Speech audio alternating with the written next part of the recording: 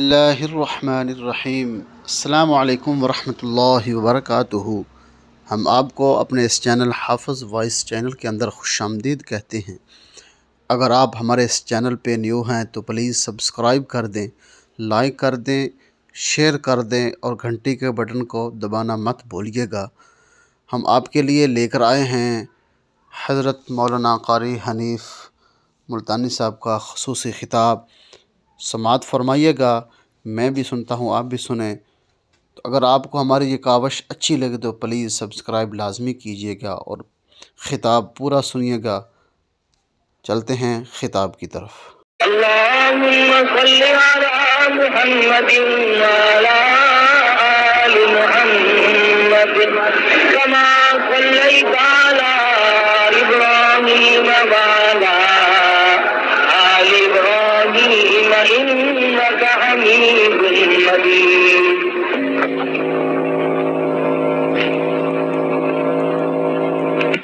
آل محمد کما بارکت علی ابراہیم وعلی آل ابراہیم انک حمید مجید۔ ٹھکانہ عبدالستار صاحب برائے جی ایم سی گزشتہ جمعے میں سرکار مدینہ صلی اللہ علیہ وسلم کی اس حدیث کی تشریح عرض کی تھی جس حدیث پاک میں سرکار مدینہ صلی اللہ علیہ وسلم نے فرمایا کہ 7 قسم کے آدمی عرش عظیم کے سائے میں، چھاؤں میں آرام سے سکون سے ہوں گے۔ ان میں سے ایک چیز یہ بھی تھی، ان 7 آدمیوں میں سے ایک وہ بھی ہے کہ صدقہ اور خیرات اس طرح پہ کرے کہ دائیں ہاتھ سے دے تو بائیں کو پتہ نہ چلے۔ قرآن کریم نے دونوں چیزوں کی طرف صراحتاً وضاحت فرمائی ہے۔ ان تبدوا الصدقات فنعماہی وان تخفوها وتؤتوها الفقراء فهو خیر لکم۔ فرمایا اگر تم صدقہ اور خیرات چھپا کر دو تو تمہارے لیے زیادہ بہتر ہے، اور اگر علانیہ دو تو تمہارے لیے پھر بھی بہتر ہے۔ چھپا کر دینے میں مصلحت یہ ہے کہ دوسروں کو پتہ نہ چلے۔ اللہ پاک اس عبادت سے بے انتہا خوش ہوتے ہیں جو صرف اللہ کو پتہ چلے۔ ایک حدیث میں ہے، فرمایا نبی کریم صلی اللہ علیہ وسلم نے کہ میدان حشر میں آواز لگے گی، کہاں ہیں وہ لوگ جو راتوں کو مجھے یاد کیا کرتے تھے؟ اعلان کیا جائے گا، آؤ نور والے ممبروں پہ بیٹھ جاؤ، تم اندھیروں میں مجھے یاد کیا کرتے تھے، آج نورانی ممبروں پہ بیٹھ جاؤ۔ ایک اور حدیث میں ہے، فرمایا نبی کریم صلی اللہ علیہ وسلم نے کہ جب آدمی چھپا کر کے کوئی عبادت کرتا ہے، مخفی عبادت کرتا ہے اور اللہ تعالیٰ سے اس کی قبولیت کی امید رکھتا ہے تو خداوند کریم اس سے بہت راضی ہوتے ہیں۔ الذین ينفقون اموالهم باللیل والنہار سرا وعلانیۃ فلہم اجرہم عند ربہم۔ دونوں چیزیں صاف ہیں۔ میری راہ میں جو خرچ کرنے والے لوگ ہیں وہ دن میں کریں یا رات میں کریں، وہ اعلانیہ کریں یا چھپا کر کے کریں، بہرحال اللہ پاک کے نبی نے ارشاد فرمایا صلی اللہ علیہ وسلم نے کہ اللہ کو وہ بندہ زیادہ محبوب ہے، وہ بندہ زیادہ پسند ہے جو چھپا کر کے صدقہ کرے، کسی کو پتہ نہ چلے۔ اس میں ایک فائدہ یہ ہے کہ آدمی ریاکاری سے بچ جاتا ہے، اور ریاکاری بہت بڑی بیماری ہے۔ اندازہ لگایا ہوگا، آدمی جب اللہ کے نام پہ کچھ دیتا ہے تو یہ امید کرتا ہے کہ جس کو میں نے دیا وہ آگے سے یوں کہے جزاک اللہ، واہ جی واہ، واہ جی واہ، بہت بڑے سخی آدمی ہیں۔ نفس اس بات کا انتظار کرتا ہے اللہ تیرے بال بچوں میں برکت دے، اللہ تیری جان میں برکت عطا فرمائے، کارخانے میں برکت دے، دکان میں برکت دے۔ کان سننے کے لیے منتظر ہوتا ہے کہ یہ لفظ اس کے منہ سے نکلے جس کو میں نے خراب دی ہے، حالانکہ اس کی زبان کے بجائے اگر اس کا دل بولے گا تو وہ زیادہ اللہ کے یہاں پسندیدہ ہے۔ مولانا محمد قاسم صاحب نانوتوی رحمۃ اللہ علیہ فرماتے ہیں کہ گرمیوں میں کسی کو ٹھنڈا پانی پلاؤ، تجھے کہنے کی ضرورت ہی نہیں پڑے گی کہ میرے لیے دعا کر دو، اس کی اکڑیاں بول اٹھیں گی خدا تیرا بھلا کرے، اس کا انگ انگ بول اٹھتا ہے۔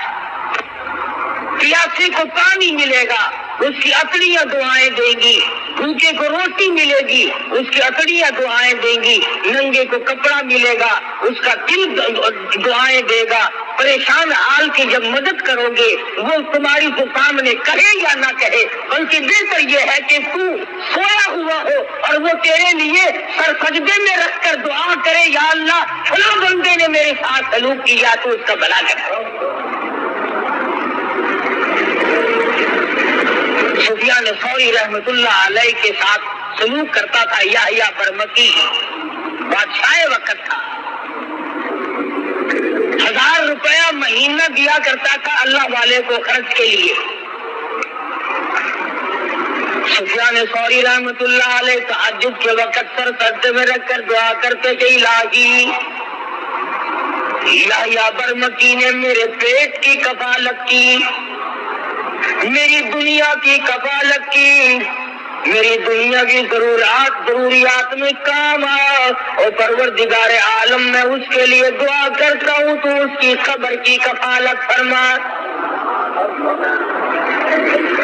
سفیان ثوری رحمۃ اللہ علیہ جیسا ولی کتب اور ابدال زمانے کا دعا کرتا، الہی میدان حشر میں ولا تزر وازرۃ وزر اخری، جب کوئی کسی کی کام نہ آئے اور حالات یوں بن نکلے، یوم یفر المرء من اخیہ وامہ وابیہ وصاحبتہ وبنیہ،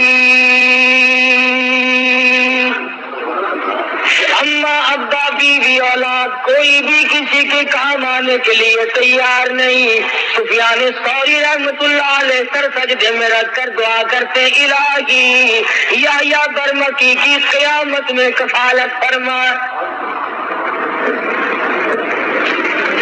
فرمایا الذین ينفقون اموالهم باللیل سرا وعلانیۃ فلهم اجرهم عند ربهم ولا خوف علیہم ولا هم یحزنون۔ چھپا کر اللہ کے نام پہ خرچ کرو، اعلانیہ طور پر خرچ کرو، اللہ فرماتے ہیں اس کے لیے بہت بڑا اجر ہے، اور اس کو چاہیے کہ وہ اللہ کی ذات پر یقین کرے۔ مگر دوستو یہ سارے کا سارا معاملہ اپنے ہاتھ کے ساتھ لگا ہوا ہے۔ علماء اکرام نے لکھا ہے کہ مدینے کا انصاری کھجوروں کی تجارت کرتا ہے، کھجور ہاتھ میں لیے ہوئے چل رہا ہے، آدھی کھجور کھا چکا ہے، آدھی باقی ہے، سائل نے سوال کر دیا، آدھی کھجور اس فقیر کو دے دی۔ چند دنوں کی بعد موت قریب آئی، وصیت کی وارثوں کو میرا سارا گدام اللہ کے نام پہ صدقہ کر دینا، میرے نام پہ اصالِ ثواب کر دینا۔ مرنے کے بعد لوگوں نے یوں ہی کر دیا، کسی نے خواب میں دیکھا، پوچھا بتا کیا گزری، کہنے لگا یہاں کا معاملہ بالکل نرالا ہے، یہاں کی کاروبار بالکل نرالے ہیں، اور کہنے لگا رب اکبر کی قسم جتنا اجر، جتنا ثواب، جتنی جزا مجھے آدھی کھجور کی ملی اتنا پورے گدام کا نہیں ملا۔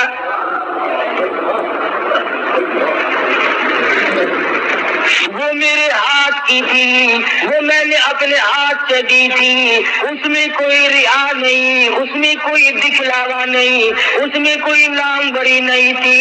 بعد میں آنے والے لوگوں نے منہ ملازے چکائے، تعلق داری کو چکایا، تم ہمارے یہاں کھایا کرتے ہو، ہم تمہارے یہاں کھاتے ہیں، ادلا بدلا کیا۔ کہتا خام میں رب اکبر کی قسم مجھے پورے گودام میں سے کچھ نہ ملا۔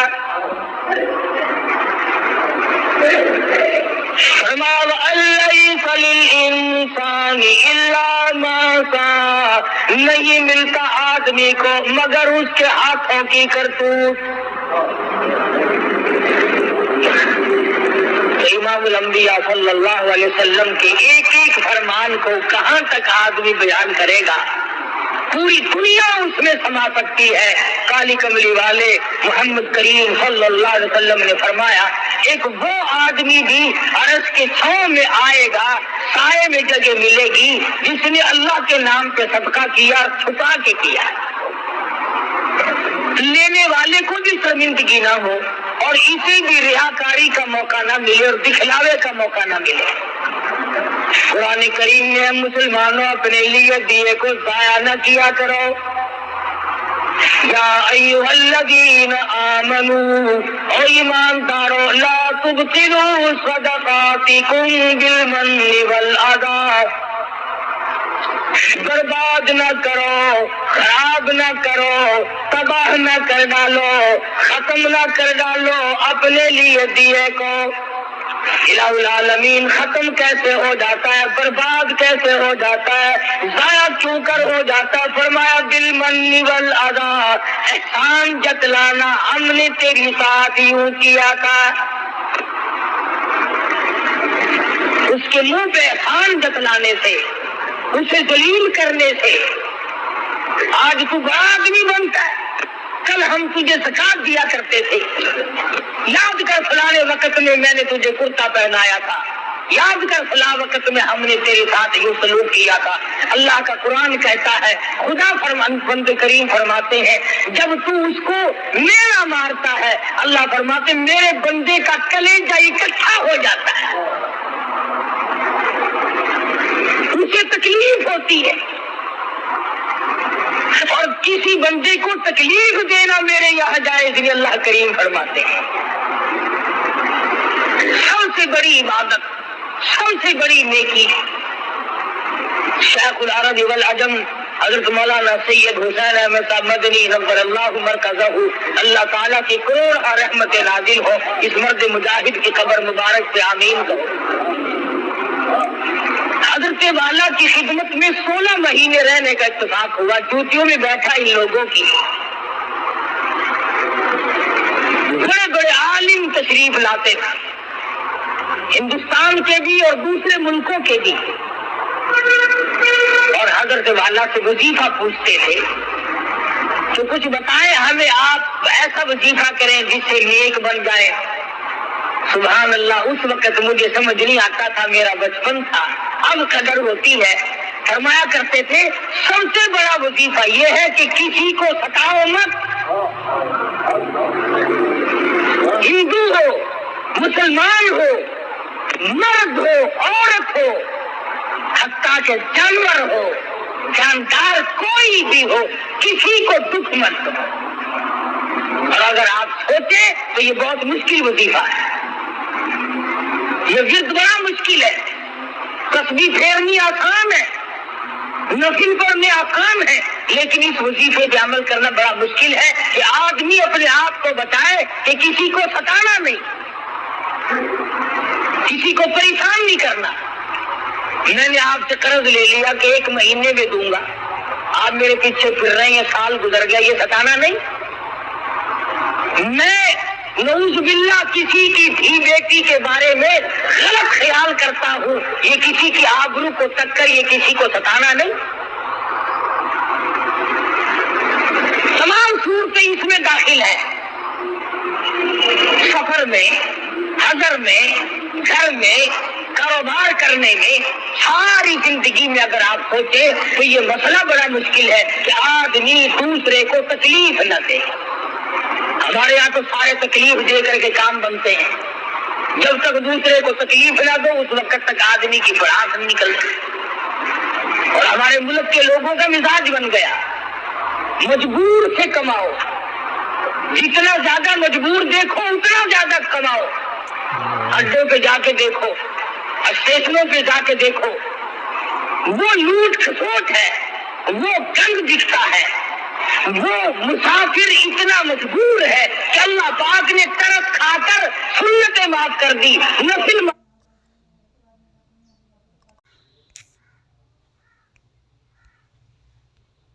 معاف کر دی ہے، فرض نماز بھی آدھی معاف کر دی. اللہ میاں جانتا تھا کہ سفر بڑی تکلیف دہ چیز ہے. مسافر پر اللہ میاں نے ترس کھا کر سنتیں معاف کر دی، نفل معاف کر دیے، آدھا فرض معاف کر دیا. مگر مسلمان کہتا ہے کہ ان مسافروں کی جیب کاٹو، ان مسافروں کو ننگا کر دو، ان مسافروں سے جو کچھ بھی ہے وہ یہیں پر کھینچ لو، کسی اسٹیشن پر جا کے دیکھ لو، تمام چیک کرنے والے لوگ مر گئے، قبروں میں چلے گئے.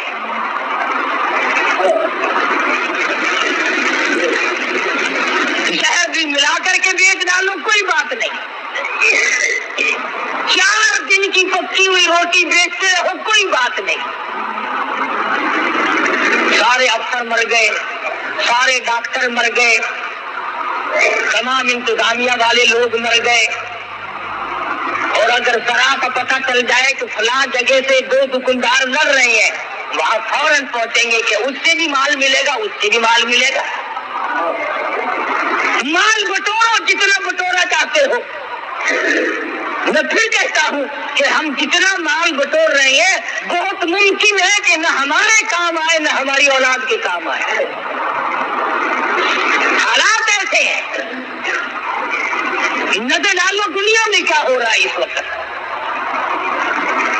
کسی زمانے میں لوگ مسافروں کی بڑی خدمت کیا کرتے تھے، بلکہ مشرکین مکہ کرتے تھے. ابو جہل اتنا بڑا کافر ہونے کے باوجود ستو پانی میں گھول کر چوک میں کھڑا ہو کر کے پلایا کرتا تھا لوگوں کو.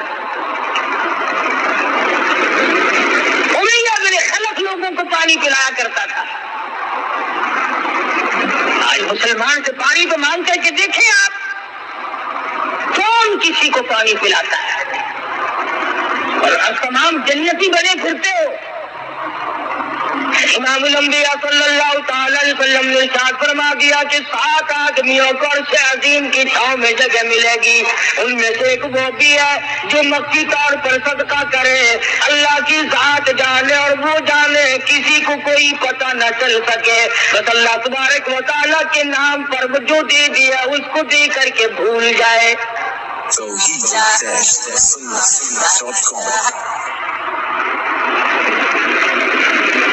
مالک بن دینار رحمت اللہ علیہ تشریف لے جا رہے ہیں، گزر رہے ہیں ایک علاقے سے. گزرتے گزرتے ایک جگہ پر لوگوں کا مجمع لگا ہوا دیکھا. فرمایا کیا بات ہے؟ پتا چلا شہزادہ مکان بنانے کے لیے، محل بنانے کے لیے سنگ بنیاد رکھ رہا ہے، بہت بڑا محل تعمیر کرنا چاہتا ہے. مالک بن دینار رحمت اللہ علیہ نے شہزادے کو بلوا لیا. فرمایا شہزادے کیسا محل بنانا ہے؟ اس نے بتایا جی اس قسم کا نقشہ بنایا گیا ہے. فرمانے لگی کتنا خرچ ہوگا؟ شہزادہ کہنے لگا اس زمانے میں کہ 2 لاکھ ریال خرچ ہوں گے.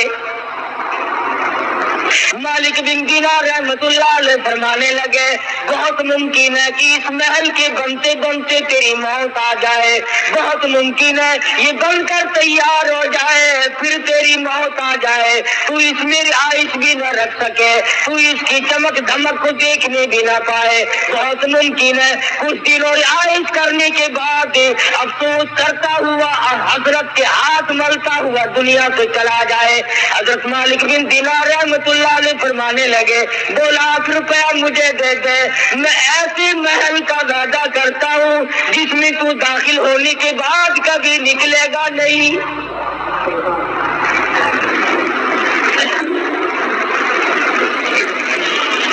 ہمیشہ ہمیشہ کے لیے اس محل میں رہے گا، اور اس محل کے آگے بڑے باغ بغیچے ہوں گے، بڑی بڑی نہریں ہوں گی، بہت اعلیٰ قسم کا باغ اور باغیچہ اور گلشن محل ہوگا، ہمیشہ ہمیشہ کے لیے تیرا رہے گا، نہ تیری موت آئے گی نہ تجھ سے وہ محل چھوٹے گا۔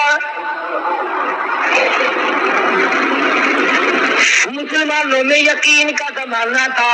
شہزادہ کہنے لگا میں بالکل آپ کو سارا روپیہ دے دیتا ہوں، مگر ہمارے یہاں دستور ہے جب کوئی معاہدہ ہو، جب کوئی لین دین کیا جائے تو جان بہن کی دستخط ہونی چاہیے، لکھ پڑھ ہونی چاہیے۔ مالک بن دینار رحمت اللہ علیہ نے کاغذ نکالا اور لکھ دیا میں اللہ پاک جل جلالہ کی طرف سے وعدہ کرتا ہوں شہزادے سے کہ جنت میں ایک محل ملے گا۔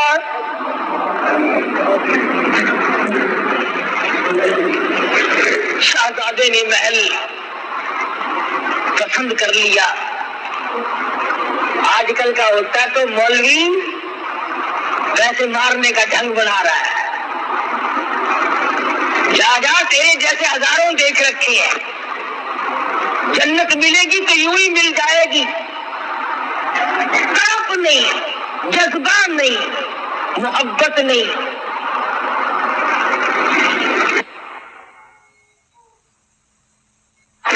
شہزادے نے 2 لاکھ روپیہ اٹھا کر کے مالک بن دینار رحمت اللہ علیہ کے حوالے کر دیا، اور وہ لکھا ہوا کاغذ جو تھا وہ خود سنبھال لیا اور مکان بنانے کا ارادہ ترک کر دیا۔ وہ بھی اللہ والے تھے، ہمارے زمانے جیسے تو تھے نہیں۔ مالک بن دینار رحمت اللہ علیہ نے اسی وقت اعلان کر دیا کہ جتنے فقیر، محتاج، یتیم، بیوہ، مساکین ہو آ جاؤ سارے، مالک بن دینار خیرات تقسیم کر رہا ہے۔ علماء نے لکھا ہے صبح سے لے کر شام تک مالک بن دینار رحمت اللہ علیہ کے پاس روزہ افطار کرنے کے لیے ایک کھجور بھی باقی نہ تھی، تمام کا تمام اللہ کی راہ میں خرچ کر دیا، آپ لوگوں کو دے دیا۔ مرید کہنے لگا حضرت جی شام کا روزہ کس چیز سے افطارو گے؟ فرمایا تو نے اس وقت نہ بتایا 1 ٹکا رکھ لیتے 2 کھجوریں آ جاتی، اب تو ختم ہے معاملہ۔ اللہ غنی سید عائشہ صدیقہ رضی اللہ تعالی عنہ کو فاروق اعظم رضی اللہ تعالی عنہ نے 12 مہینے کا خرچ 12,000 روپیہ یکدم بھیجا۔ سال کا خرچہ ہماری ماں کے لیے عائشہ صدیقہ رضی اللہ تعالی عنہ کے لیے فاروق اعظم رضی اللہ تعالی عنہ نے بھیجا۔ جب خادمہ نے گٹھڑی لا کے رکھی، اللہ غنی ام المومنین فرمانے لگی میرے اور اس دولت کے درمیان کپڑا لٹکا دے، مجھے یہ دولت دیکھتے ہوئے بھی شرم آتی ہے۔ عائشہ صدیقہ رضی اللہ تعالیٰ عنہ نے رو دیا، فرمانے لگی مجھے یاد ہے میں شہنشاہ کائنات حضرت محمد رسول اللہ صلی اللہ علیہ وسلم کے لیے روٹی پکایا کرتی تھی، کبھی آٹا چھاننے کی نوبت لائی پھونک مار دیا کرتی تھی، جو کا آٹا ہوتا تھا جو گھاس اڑ گیا سوڑ گیا باقی بیچ میں پکایا کرتی تھی۔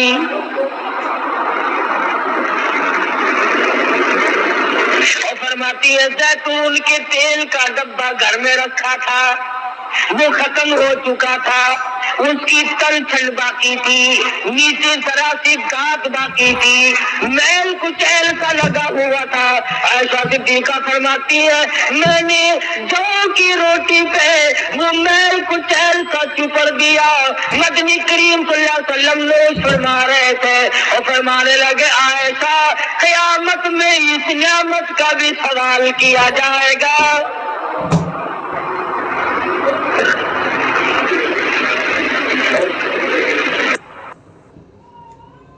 فرماتی ہے مجھے یہ دولت دیکھتے ہوئے بھی شرم آتی ہے، میرے آقا نے بڑی تنگی کی زندگی بسر فرمائی،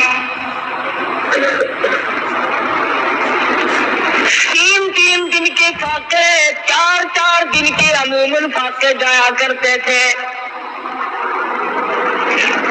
بحرین سے مال غنیمت آیا، سارا دن سرکار مدینہ صلی اللہ علیہ وسلم نے سونا چاندی تقسیم فرمایا، اور شام کو حال یہ ہے، ایسا فرماتی ہے حضور نے مجھ سے پوچھا گھر میں کوئی کھانے کی چیز ہے کہ نہیں، میں نے عرض کر دیا اللہ کا نام باقی ہے۔ ایسا فرماتی ہے سرکار مدینہ نے مجھ سے پوچھ کر بھوک کی حالت میں نیت باندھ لی۔ کس طرح سے زندگی گزاری ہے محمد مدنی صلی اللہ علیہ وسلم۔ دوسروں کے لیے سیم و زر و گوہر تقسیم ہو رہی ہیں، اور اپنا حال یہ ہے کہ چولہے میں آگ نہیں جلتی، کپڑا پورا نہیں ہے، اور پھر شکایت کبھی نہیں۔ اللہ میاں نے خود پوچھا اے میرے محبوب اگر آپ فرمائے یہ احد پہاڑ سونے کا بنا دوں، جہاں آپ جایا کریں گے یہ آپ کے ساتھ ساتھ چلا کرے گا، عرض کیا اور میرے پروردگار میں فقیری میں راضی ہوں، میں اس فقیری میں راضی ہوں صلی اللہ علیہ وسلم۔ تو ایسا صدیقہ فرماتی ہے کہ مجھے یہ دولت اچھی نہیں لگتی، اس گٹڑی کو پڑے لے جاؤ، میرے اور اس کے درمیان میں کپڑا لٹکا دو، اور خادمہ سے کہا جاؤ مدینے کی گلیوں میں اعلان کر دو آؤ محتاجو آؤ غریبو، آج ایسا صدیقہ خیرات بانٹ رہی ہے۔ 12 مہینے کا خرچ ہے، سال بھر کا خرچہ آیا ہے۔ فرماتی ہے کہ عصر کے وقت تک تمام کا تمام تقسیم کر دیا ہے۔ خادمہ کہتی ہے شام کا وقت جب آیا عائشہ صدیقہ رضی اللہ تعالیٰ عنہ کے پاس روزہ افطار کرنے کے لیے کھجور کا دانہ کوئی نہیں، روٹی نہیں، کھانے پینے کی کوئی بھی چیز موجود نہیں۔ خادمہ کہنے لگی آپ نے کچھ تھوڑے سے 2-4 آنے رکھ لیے ہوتے، اب فاقے سے بیٹھی ہو پانی پی کر بیٹھ گئی ہو، رو کے فرمانے لگی تو نہیں جانتی امام الانبیاء صلی اللہ علیہ وسلم کا یہی طرز عمل تھا، اور یہی حضور کی وصیت اور نصیحت ہے، جو دولت کی طرف پڑے گا آخرت برباد ہو جائے گی۔ مالک بن دینار رحمت اللہ علیہ نے لکھ کر کے دیا، دولت روپیہ پیسہ 2 لاکھ شہزادے سے لے لیا، سارے کا سارا دن بھر میں تقسیم کر دیا۔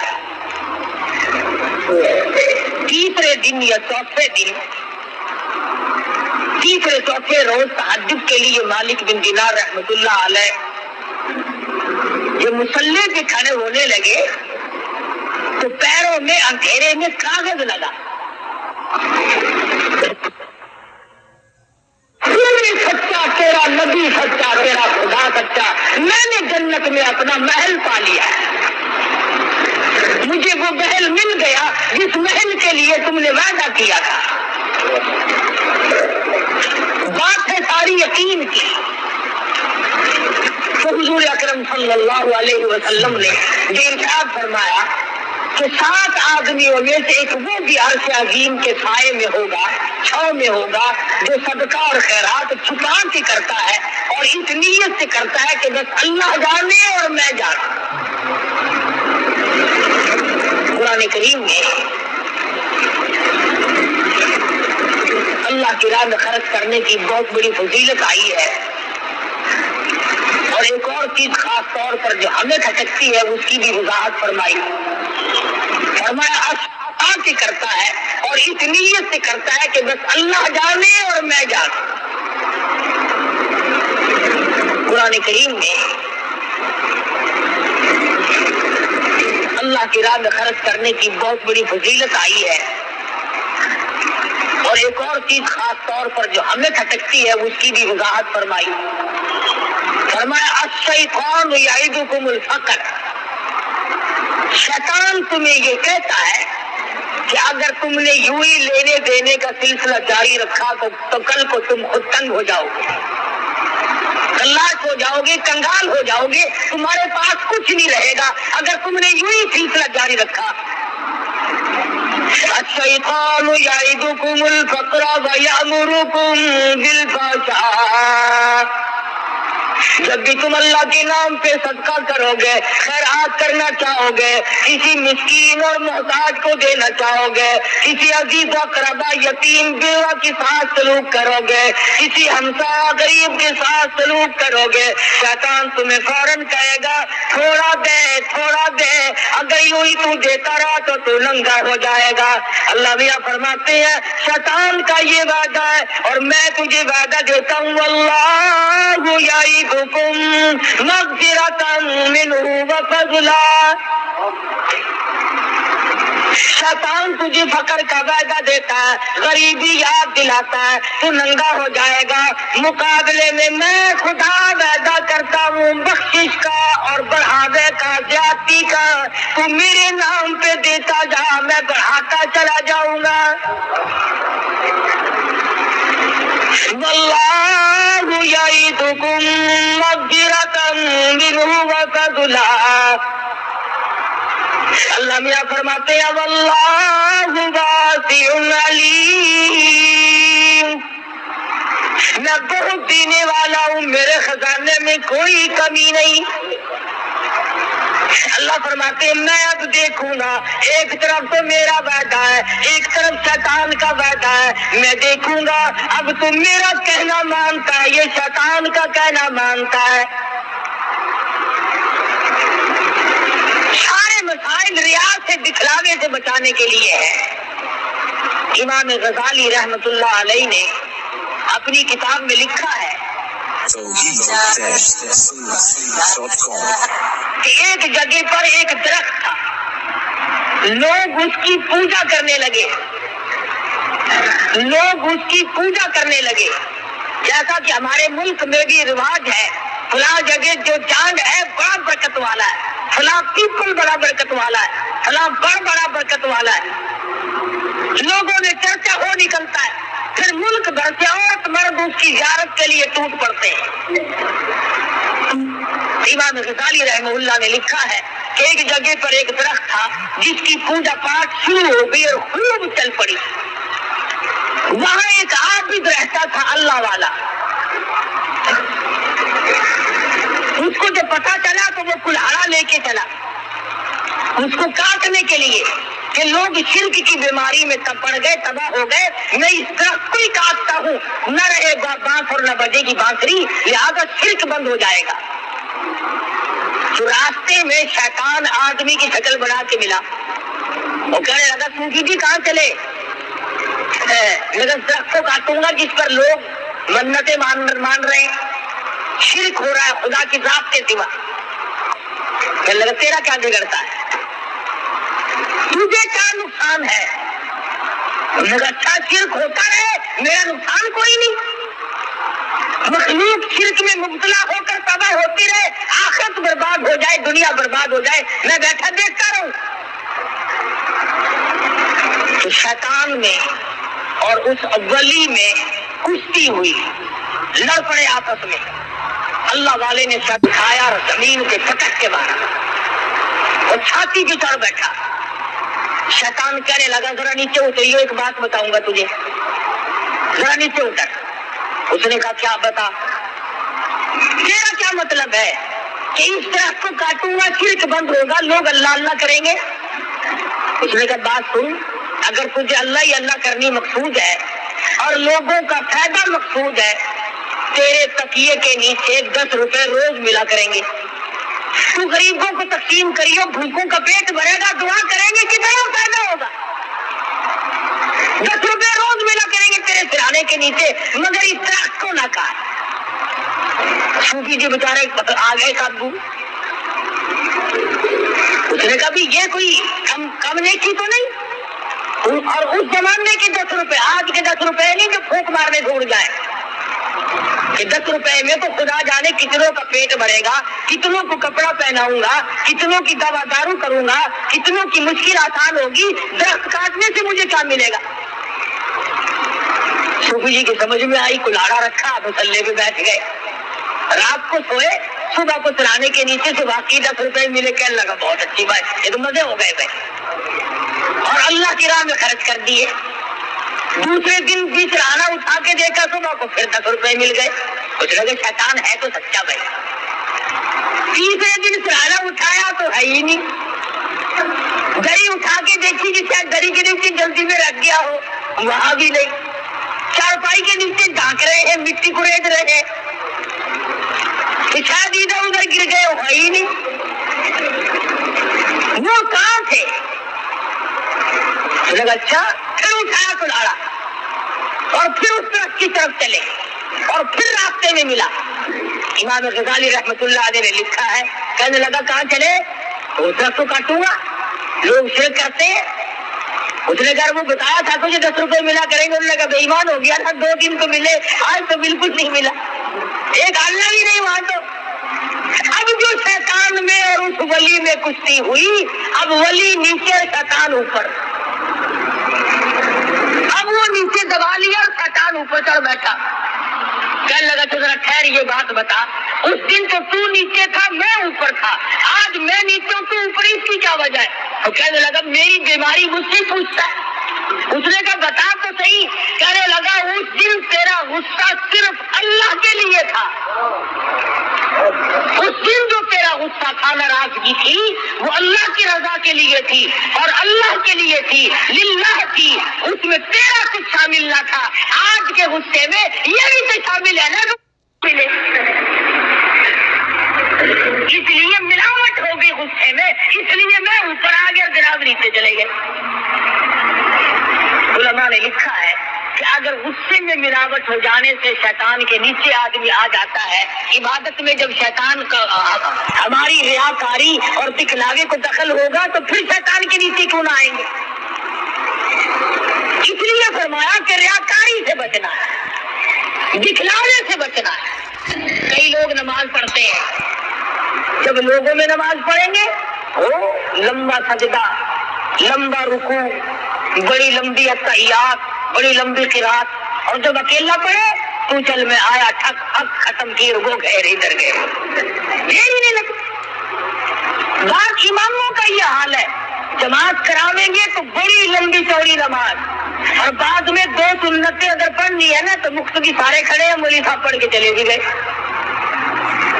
یہ تمام چیزیں دکھلاوے میں شامل ہے یہ, اور اللہ پاک دکھاوے کو, ریاکاری کو قتل پسند نہیں کرتا.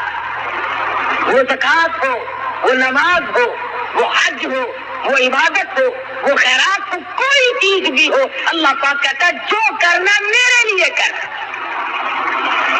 اس میں کسی قسم کا دکھلاوا نہ کر. اور لوگوں کو کیا دکھاتا ہے, لوگ تو تجھے آگے بے ایمان کہتے ہیں, کیا دکھانا ہے لوگوں کو. اس لیے قرآن کریم میں بار بار فرمایا واللہ یعدکم مغفرۃ منہ وفضلا واللہ واسع علیم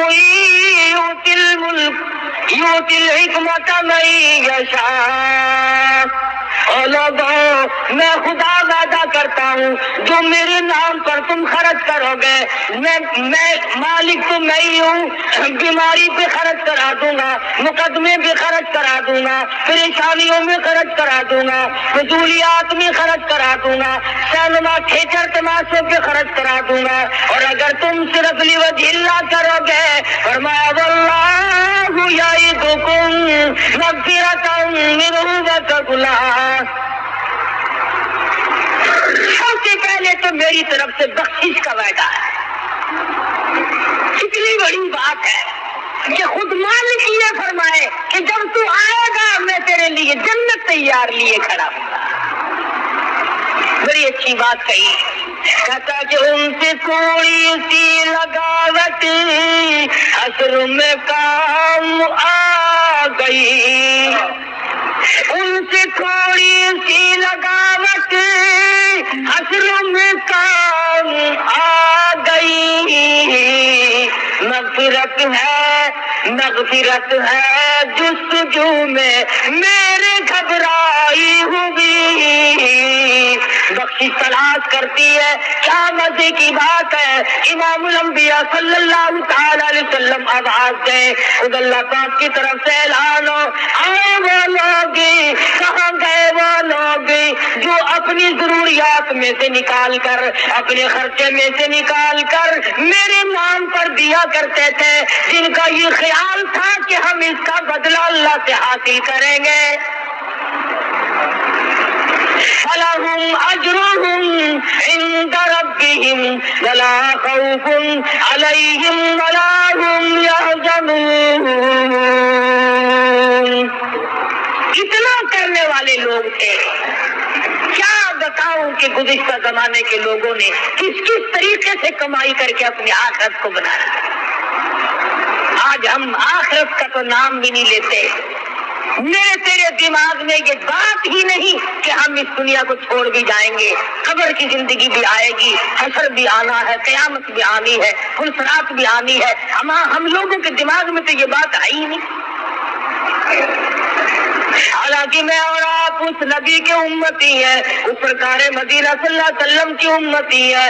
سیدہ فاطمہ الزہرا رضی اللہ تعالیٰ عنہا فرماتی ہے، میں اپنے ابا کی حضور میں حاضر ہوئی اور میں نے جا کر کے اپنے ابا کے ہاتھ میں آدھی روٹی کا ٹکڑا رکھ دیا۔ مدنی کریم صلی اللہ علیہ وسلم نے پوچھا کہاں سے لائی؟ میں نے عرض کیا میرے ابا 3 دن کے فاقے کے بعد ایک روٹی ملی تھی، آدھی میں نے کھا لی، آدھی آپ ابا کے لیے بچا لائی ہوں۔ سرکار مدینہ صلی اللہ علیہ وسلم کی آنکھوں میں آنسو آ گئے، فرمایا لخت جگر اور نور نظر، آج تیرے ابا نے 4 دن کے بعد روٹی کا ٹکڑا دیکھا ہے۔ اس تنگی سے، اس عسر سے، اس پریشانی سے زندگی گزاری اور آمدن گزاری۔ یہ نہیں کہ حضور مجبور تھے، اللہ نے بار بار پوچھا ہے، کہو تو دولت کے انبار لگا دو۔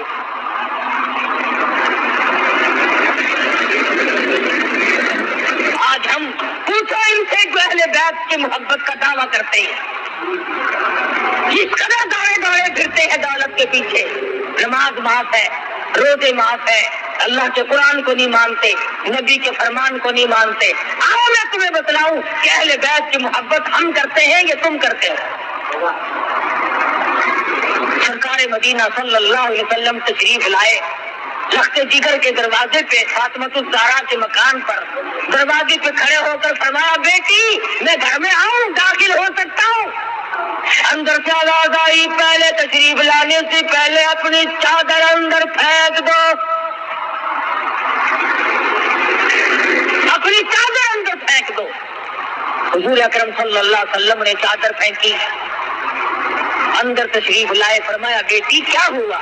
رو کے عرض کرنے لگی ابا اتنا کپڑا نہیں ہے بدن کو چھپا، اتنا کپڑا میرے پاس موجود نہیں کہ پورا بدن چھپا سکوں، شرم کے مارے آپ کی چادر مانگ لی کہ ابا کے سامنے ننگی کیسے آ۔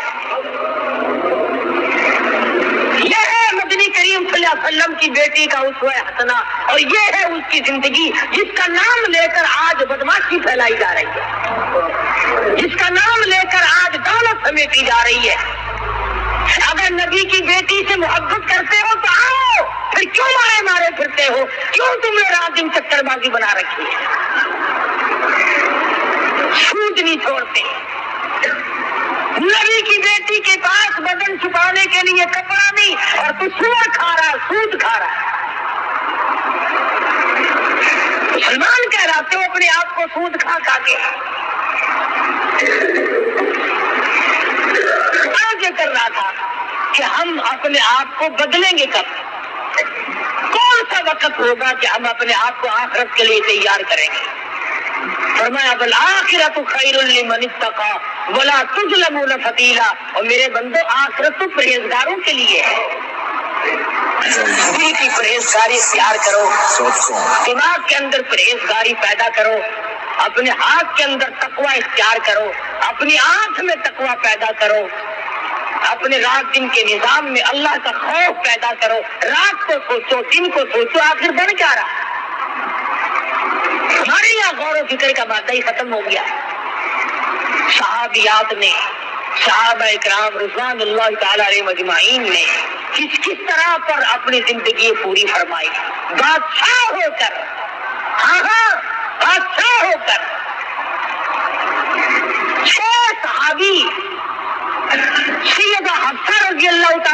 کے پاس گئے ہیں جو ام المومنین میں سے ہیں، آخر الزماں پیغمبر حضرت محمد الرسول اللہ صلی اللہ علیہ وسلم کی گھر والی ہے، ہم سب مسلمانوں کی ماں ہے سیدہ حفصہ رضی اللہ تعالیٰ عنہ، اور جا کے کہنے لگے کہ ہمیں تو ڈر لگتا ہے، ہمیں تو شرم آتی ہے، آپ اپنے ابا یعنی حضرت عمر سے کہیں کہ یہ پیوند والے کپڑے پہننے چھوڑ دیں، اب تو فتوحات بہت ہو گئی، اب تو اتنی تنگی نہیں رہی، دوسرے ملکوں کے وفد آتے ہیں، ہمیں شرم آتی ہے، ذرا کہو نا کچھ خرچ زیادہ کر لیا کرے۔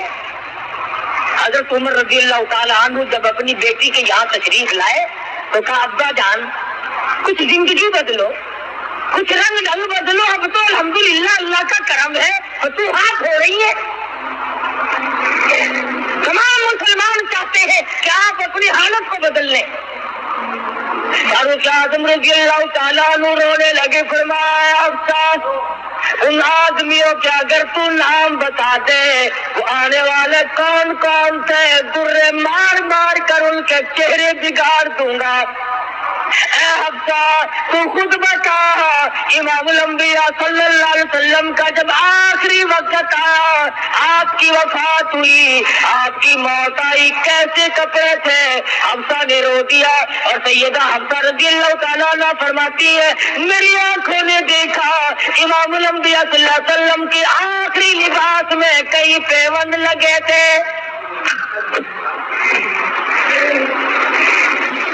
فاروق اعظم رضی اللہ تعالیٰ عنہ فرمانے لگے حفصہ اب روتی ہو، میں بھی اسی حال میں جانا چاہتا ہوں تاکہ مجھے اپنے آقا کی خدمت میں جاتے ہوئے شرم نہ آئے۔ حفصہ کہتی ہے کہ چمڑے کا پیوند بھی ایک دو لگا ہوا تھا، کم سے کم 12 پیوند تھے جن کپڑوں میں فاروق اعظم کا انتقال ہوا۔ کر کے لے گئے یہی لوگ، اور فرمایا مسلمانوں سے باقاعدہ کہا کہ تم میری تجہیز و تکفین پر کوئی خرچ نہ کرنا۔ ایسے بھی تو لوگ تھے، ایک بزرگ ہے بہت بڑے محدث ہیں، امام بخاری رحمہ اللہ کے بھی استاد ہیں، حدیث شریف لکھتے تھے، فاؤنٹین پین اس زمانے میں تھے نہیں، قلم تھی، قلم تراشتے تھے، چھیلتے تھے، وہ چھلکا ایک پیپے میں اکٹھا کرتے تھے، جب آخری وقت آیا تو فرمایا میرے غسل کا پانی اس چھلکے سے گرم کرنا، جس سے میں نے قرآن لکھا، حدیث شریف لکھی۔ پوچھا کیوں؟ رو دیا، فرمایا نجات کا بہانہ بنانا چاہتا ہوں، اس چھلکے سے میرے غسل کا پانی گرم کر لینا جس سے میرا آخری غسل دو گے، تاکہ میں یہ عرض کر سکوں کہ ایسے چھلکے کا پانی کے غسل کر کے آیا ہوں جس سے تیرے محبوب صلی اللہ علیہ وسلم کی میں حدیث لکھا کرتا تھا۔ کیا کیا بہانے لوگوں نے بنائے ہیں اپنی نجات کے۔ علماء نے لکھا ہے کہ ایک آدمی نے سنا تھا کہ اللہ پاک سفید داڑھی سے شرم فرماتے ہیں، مرنے لگا، آخری وقت آیا، کالی داڑھی تھی، رو کے کہنے لگا میری داڑھی سفید کر دو تاکہ میرا بھی کام بن جائے۔ علماء نے لکھا ہے مرنے کے بعد کسی نے خواب میں دیکھا، پوچھا بتا کیا گزری، کہنے لگا میرا ہیلا ہی قبول ہو گیا۔ اللہ نے فرمایا گو تو نے ہیلا کیا مگر مجھ سے ڈر کے کیا تھا، اس لیے جا میں نے تجھے معاف کر دیا۔ تو ایسے ہیلے بنا، ایسے حالات پیدا کرو، ایسی زندگی پیدا کرو جس سے آخرت کا کام آسان ہو سکے۔ اللہ پاک مجھے اور آپ کو آخرت کا فکر پیدا کرنے کی توفیق عطا فرمائے، ہم سب کی قبر حشر کو اچھے سے اچھا فرمائے۔ وآخر دعوانا الحمدللہ رب العالمین۔ اللهم صل وسلم وبارك على سيدنا مولانا محمد النبی الأمی الہاشمی وعلى آلہ واصحابہ برۃ الکرام۔ یا اللہ ہم سب کی آخرت کو اچھا کر دے، یا اللہ شاکار ہیں، گناہگار ہیں، تیرے کرم کے امیدوار ہیں، ہم سب کو معاف کر دے۔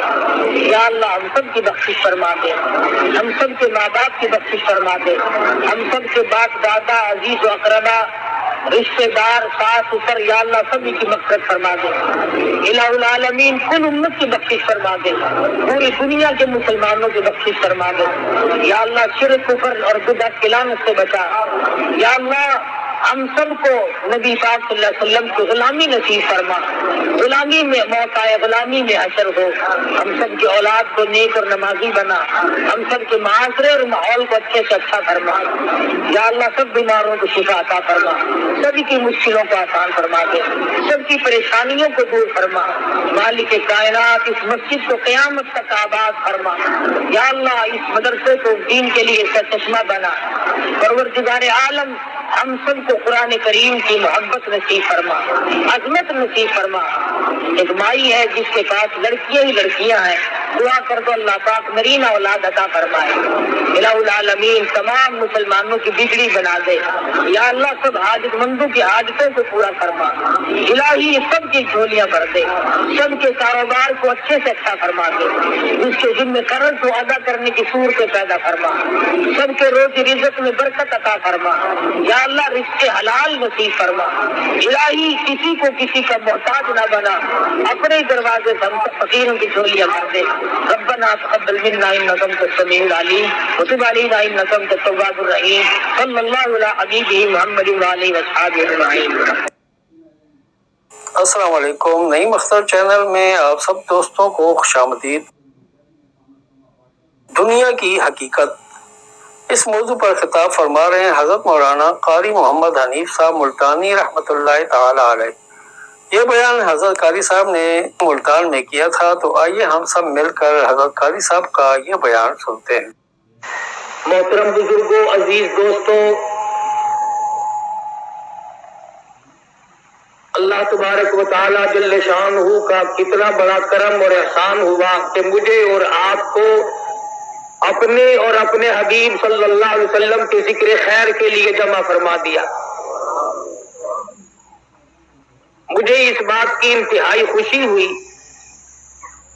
کہ سپرڈنٹ صاحب اور ڈپٹی سپرڈنٹ صاحب نے آپ حضرات کے ساتھ بالخصوص دینی معاملے میں تعاون فرمایا۔ دنیا کا ہر معاملہ کسی نہ کسی لالچ، کسی نہ کسی طمع اور ہرس پر مبنی ہوتا ہے، اور دین کا معاملہ صرف آخرت اور قبر حشر کے لیے ہوتا ہے۔